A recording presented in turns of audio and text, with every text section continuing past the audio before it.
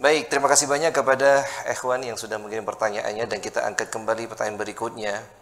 Di sini Kiai, bagaimana untuk mengetahui orang ini terkena gangguan jin atau psikis katanya Kiai?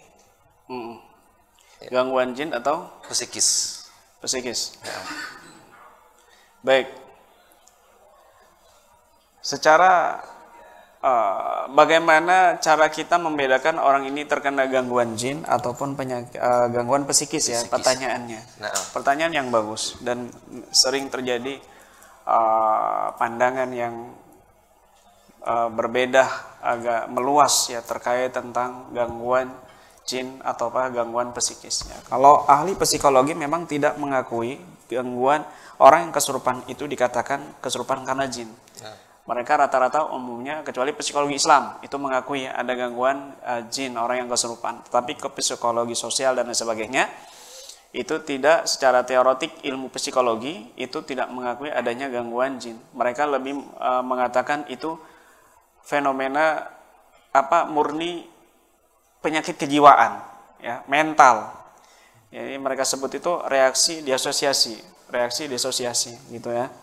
Dan lain sebagainya, istilah-istilah yang mereka ciptakan. Tetapi di dalam Islam juga, orang yang kena gangguan mental, ya, psikis, traumatik, tekanan batin, maka ini juga bisa andil jin-jin setan masuk terhadap orang yang ada gangguan psikis sebelumnya.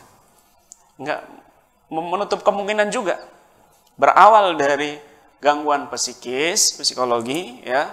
Kemudian di situ ada andil jin masuk ke dalam pikirannya sehingga tambah parah dan sebagainya. Ini dalam Islam juga mengakui hal itu.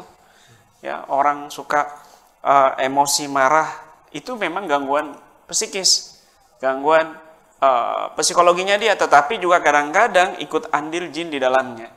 Makanya dalam ayat Al-Qur'an dikatakan Allah Subhanahu wa taala berfirman, Innal ladzina taqaw idza masahum ta'ifun minasyaitani tadzakkaru fa idzahum mubsirun. Sungguhnya orang-orang yang bertakwa, jika mereka ini diganggu dengan ta'if minasyaitan. Ada yang mengatakan ta'if di situ adalah marah yang berlebihan. Dikatakan di dalam Al-Qur'an minasyaitan, marah yang berlebihan ini daripada setan. Fa idzahum tadzakkaru, lalu mereka ingat adabnya Allah, ingat ancaman Allah. Tadzakkaru, maka mereka sadar seketika. Ini menunjukkan bahwa kadang-kadang penyakit psikis juga ada andil dari gangguan jin, ya. Makanya kita mencontoh Nabi SAW di dalam pengobatan beliau terhadap orang-orang yang gangguan-gangguan seperti itu. Tanpa kita menyampingkan pengobatan-pengobatan secara alami. Karena Nabi di dalam pengobatannya itu ada 3. Ada bil adwiyatit tabi'iyah, obat-obatan alami, bil adwiyatil ilahiyah, obat-obatan secara ilahi, bil murakkab bil amrain, kombinasi antara pengobatan alami dan pengobatan ilahi. Ini yang Nabi lakukan, tidak lepas dari 3 ini. Ketika Nabi kena sihir, beliau berhalusinasi, ya, seolah mendatangi istrinya, padahal tidak.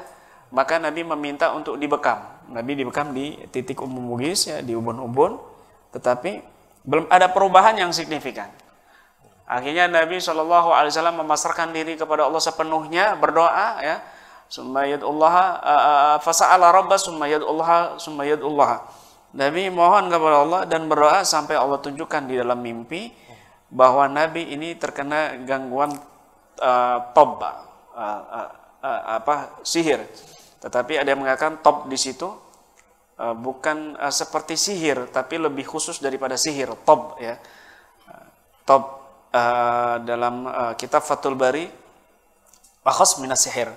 Tob di sini penyakit limadha hadza tubbah, ya, diganggu. Limadha tubbah bimishtin wa musyattah, kan gitu.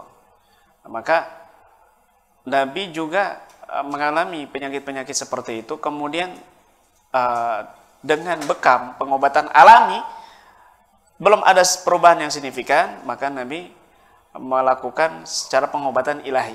Ini kombinasi murakkaban bi amrain, kombinasi.